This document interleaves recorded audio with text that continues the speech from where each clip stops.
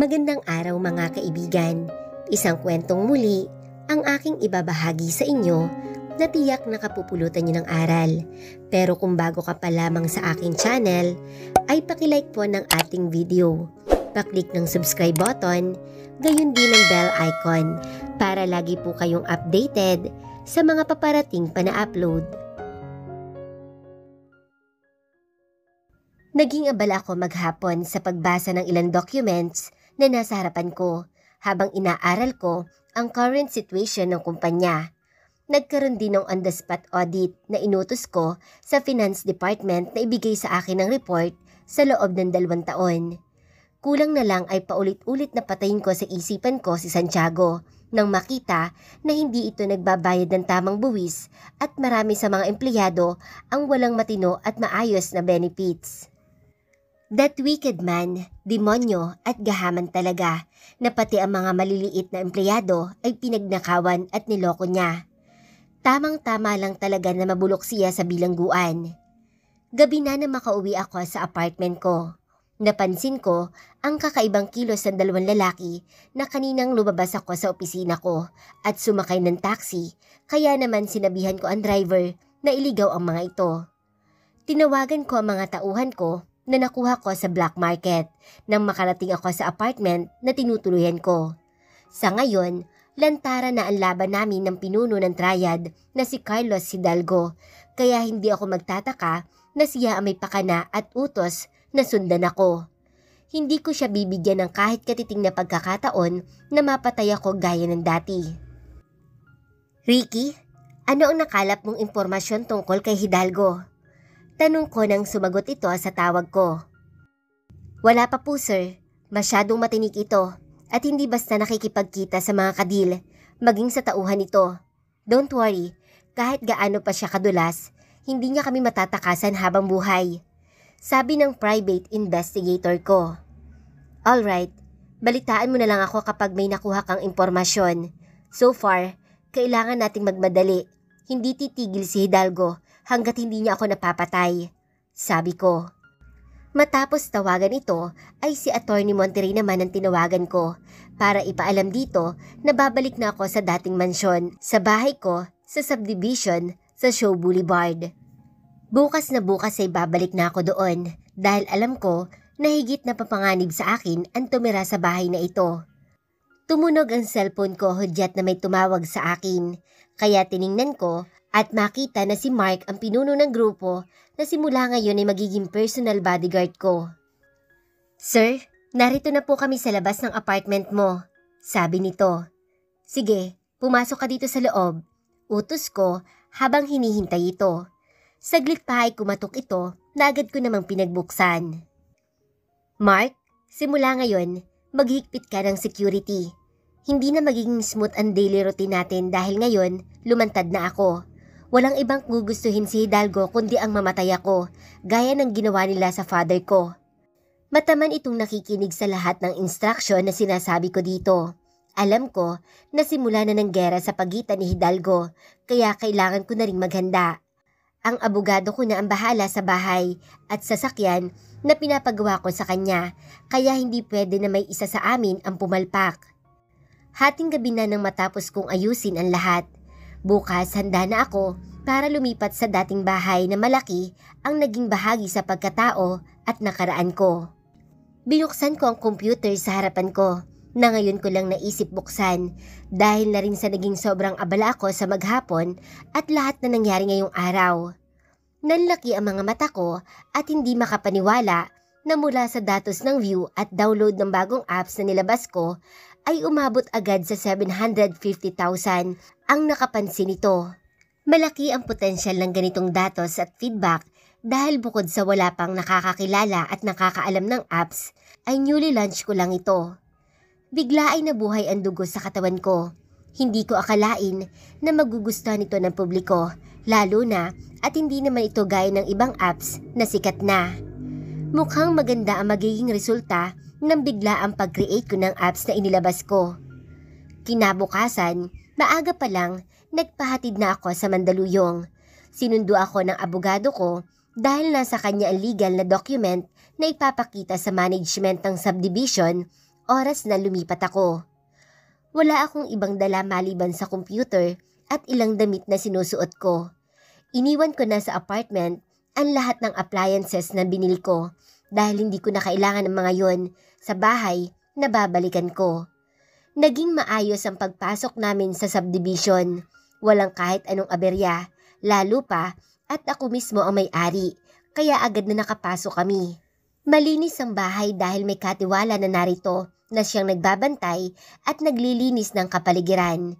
Walang halos nagbago sa buong paligid dahil ayon sa katulong na nakausap ko ay hindi nagagawi dito ang pamilya ni Santiago dahil babae umano ng hayop na iyon ang dinadala at ibinabahay dito sa bahay ko.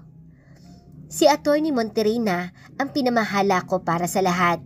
Ngayong araw, pinahanap ko ang dagdag na kasambahay at katiwala na siyang makakatulong nila sa paglilinis.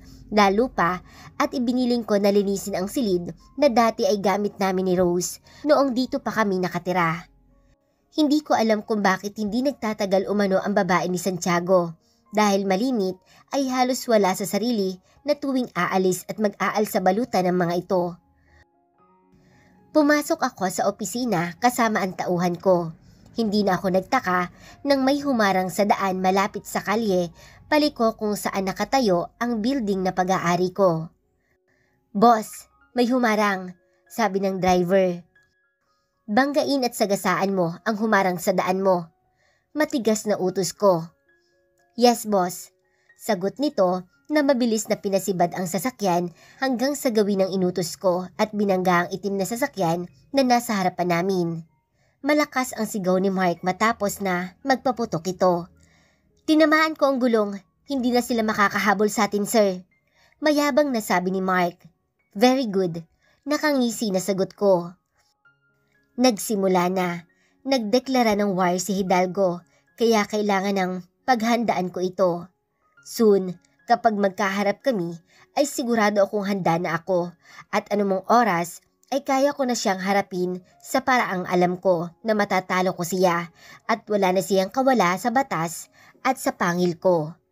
Sa opisina pinag-aralan ko ang bawat impormasyon na nakuha ko tungkol kay Hidalgo. Isang email ang kumuha sa atensyon ko. Galing ito sa website sa US at binabati ako na umabot ng 1 million ang total download ng apps na ginawa ko in just 32 hours. Agad na nagbukas ako ng social media account ko.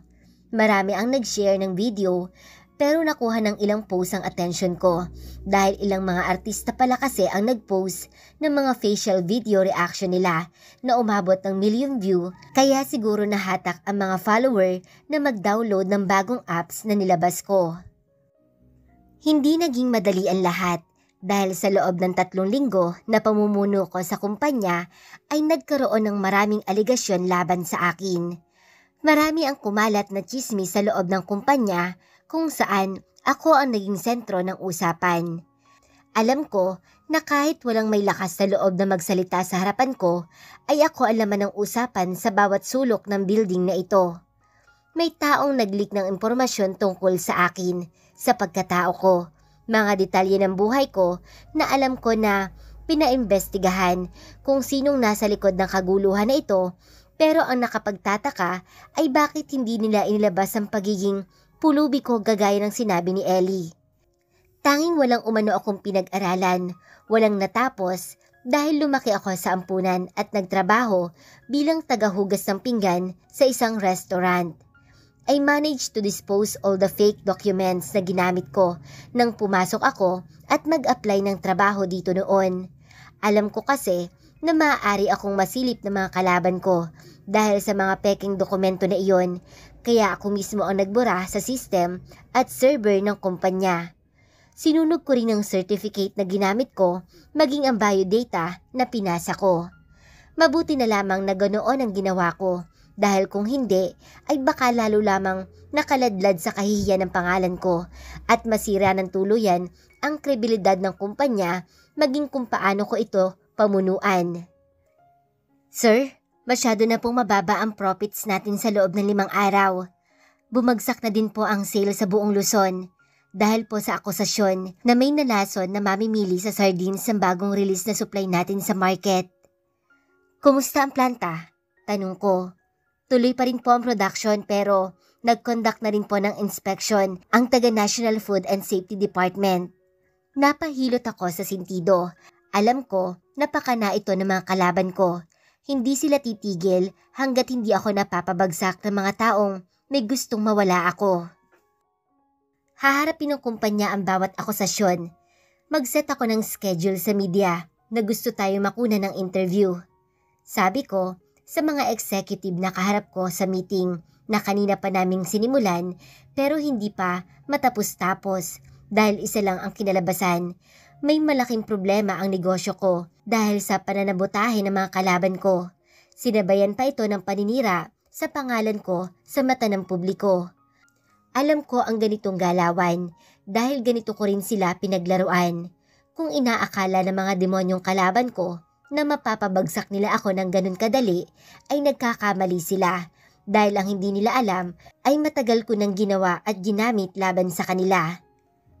Sir Gavin, at 4 o'clock nakaset up na po ang interview ninyo sa media. Sabi ng sekretarya ko na pumalit sa posisyon ni Ann na tinanggal ko sa trabaho. Hindi ko kailangan ng babaeng iyon sa kumpanya dahil alam ko kung kanino ang loyalty niya. Nahuli ko siyang lihim na pumasok sa opisina ko para maghanap ng kung ano. Ang hindi niya alam ay may alarm ang office ko sa tuwing may ibang taong papasok dito, bukod sa akin sa tuwing aalis ako.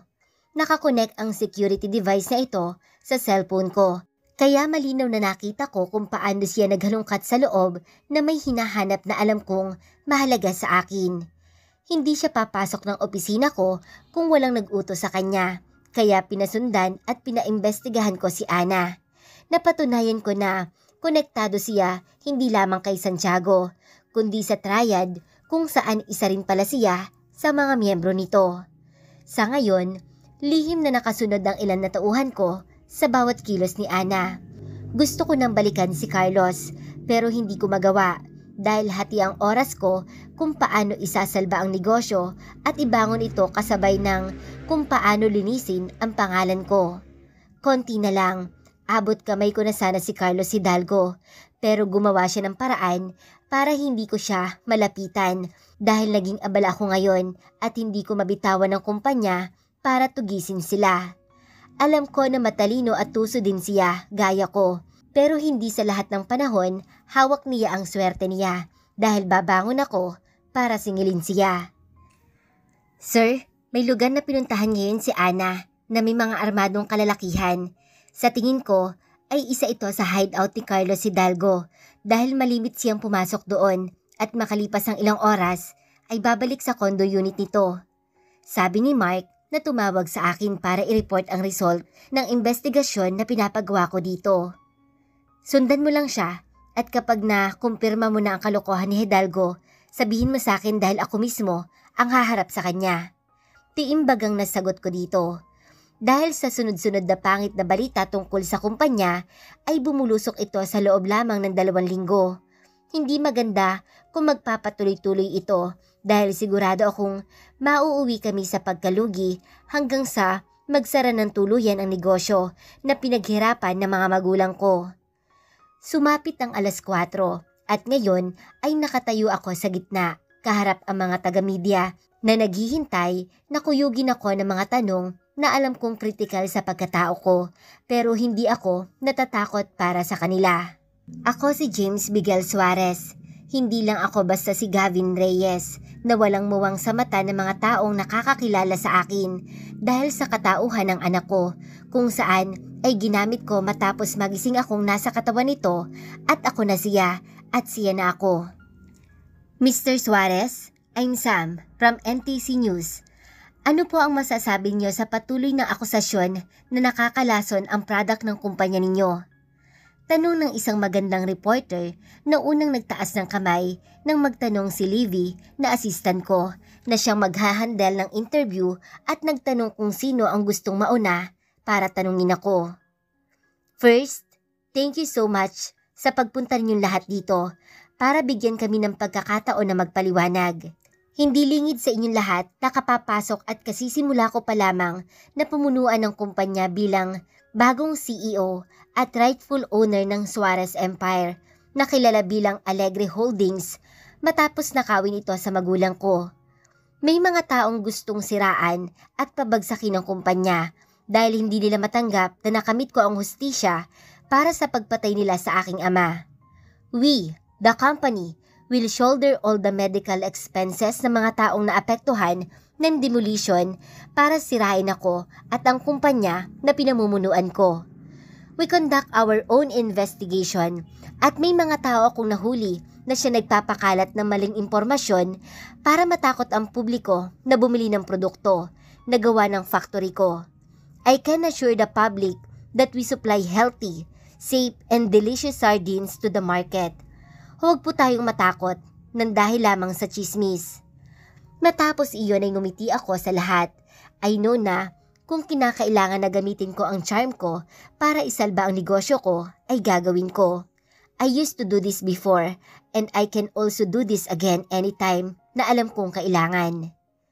Sir, taas ng kanang kamay na sabi ng isang lalaking reporter. Tumango ako bilang pagsang-ayon na magsalita at magtanong ito. Gaano katotoo ang balita na nangyari ang lahat ng kaguluhan sa loob ng Alegre Holdings dahil sa kapabayaan at kakulangan ng edukasyon ninyo bilang CEO? Masyadong mataas ang dila nito pero dahil isa itong official interview ay sasagutin ko. Well, sabihin na natin na isa yan sa chismis. Nakangiti na ubod ng tamis na sagot ko. Nagtawanan ang mga tao na kasama ko nang makita kung paano ako tumawa matapos marinig ang sagot ko sa tanong ng reporter sa harapan ko. I play safe. Alam ko kung paano laruin ang sitwasyon at lalong alam ko kung paano gamitin ang advantage ng tanong niya para magmukhang katawa-tawa ang topic na alam kong gagamitin nila para idiin ako kung hindi ko ililigaw ang tanong ng reporter na napamulagat ang mga mata sa harapan ko. Marami pa ang sumunod na mga tanong mula sa iba't ibang reporter na malaki at kilalang mga istasyon. Hinayaan ko lang pero very limited lamang ang impormasyon at sagot na tanong ko. Sir, last question, may girlfriend na po ba kayo? Tanong ng isang magandang reporter sa kanan ko. Napangiti ako nang maalala si Ellie sa tanong na ito. Sabi niya, girlfriend ko siya at napatunayan ko naman iyon dahil laging nasa tabi ko siya at anumang oras ay handang damayan ako kapag sa tingin niya ay kailangan ko kahit na hindi ko hinihingi sa kanya na gawin iyon. I guess, meron na kaya nakangiti ka ng bongga. Kinikilig na sabi ng tingin ko ay showbiz reporter na kasama ko. Wala pa sa ngayon. Nakangiti na sagot ko, sabay kindat sa namumula na bading sa harapan ko. Alam ko na si ginawa at isinagot ko sa interview ay malaki ang magbabago sa mga balitang lalabas ngayon sa publiko. They try so hard to pull me down pero naging advantage ko ito para makuha ang simpatya ng mga taong kaharap ko. Sa mundo ng negosyo ay parang politika rin ito na malaki ang impact ng magandang imahe ng kumpanya sa mga tao para tangkilikin ang produkto.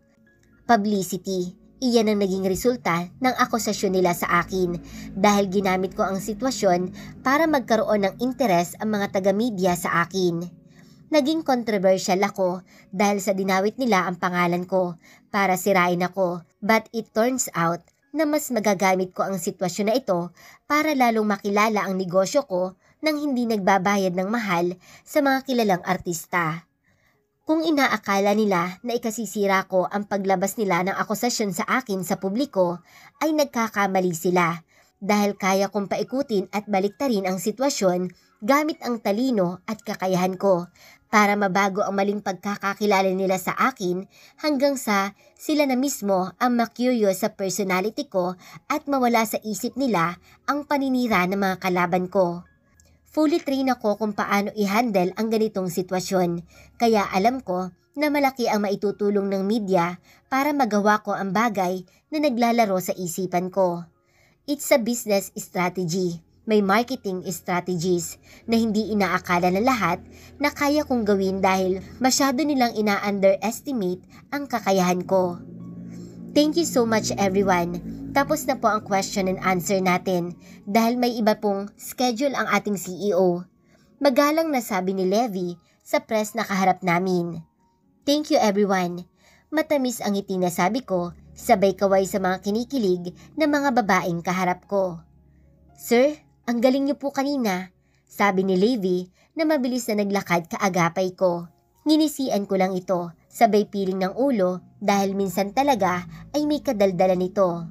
Isa pang meeting ang dinaluhan ko para sa mga medical assistant ng mga taong nasa listahan at biktima ng mga lintik na kalaban ko. Bukas na bukas ay sisimulan ko ng balikan si Hidalgo bago pa siya makagawa ng panibagong gulo. Sir, may tawag po kayo sa line 1, sabi ni Levi mula sa kabilang linya nang makabalik kami sa opisina ko. Sino daw? Tanong ko dahil wala naman akong inaasahan na tawag sa akin sa mga oras na ito. Girlfriend mo raw sir, si Miss Ellie. Shit, sagot ko sabay pindot sa line sa sinabi nito. Hello? Kinakabahan na tanong ko. I was expecting na nagwawala at mataray na si Ellie na nasa kabilang linya, pero nagkamali ako. So, wala ka na palang girlfriend Gavin o James kung sino ka man. Seryoso na sabi nito. Kailangan na sabihin ko yun para walang kahit na sino ang magkaroon ng kahit konting idea na may kaugnayan ka sa akin Ellie. Nakapikit na sabi ko rito dahil pilit na kinakalma ko ang malakas na kalabog na dibdib ko.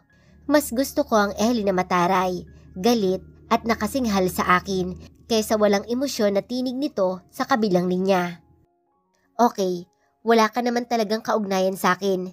Hindi ka nga nag-abala na kumustahin ako at baliwala lang sa'yo na umalis ako at hindi nagpakita sa'yo. Well, it's fine, sabi nito. Ellie, let me explain. Alam mo kung gaano kakritikal ang sitwasyon ko. I said it's okay. Wala na tayong dapat pag-usapan pa. Malinaw na sa akin ang lahat. Goodbye. Tunog ng putol na tawag ang sumunod na narinig ko pagkatapos niyang sabihin iyon. Hindi maganda ang naging dating kay Ellie ng lahat. Pero paano ko ba ipapaunawa sa kanya na para sa kaligtasan niya ang bawat ginagawa ko? Gusto ko na kapag humarap na ako sa kanya ay wala na akong ibang kahit anong pasakit na dala. Buo na ako at hindi na niya kailangan ng mangamba para sa kaligtasan niya at ng pamilya na gusto kong mabuo kasama siya. Levi, pakitingnan nga kung anong number ang ginamit ni Ellie nang tumawag sa akin. Utos ko nang mabilis na tawagan ko ang assistant ko. Sir, wala pong record. Private number po ang ginamit. Naibagsak ko ang telepono na hawak ko. Hindi maganda to. Lalo lamang naging magulo ang lahat at sa tingin ko ay nawawalan ang direksyon ng ginagawa ko dahil kahit anong gawin ko ay laging may kinakailangan na magsakripisyo sa mga taong mahalaga sa akin. Kasama na rito si Ellie.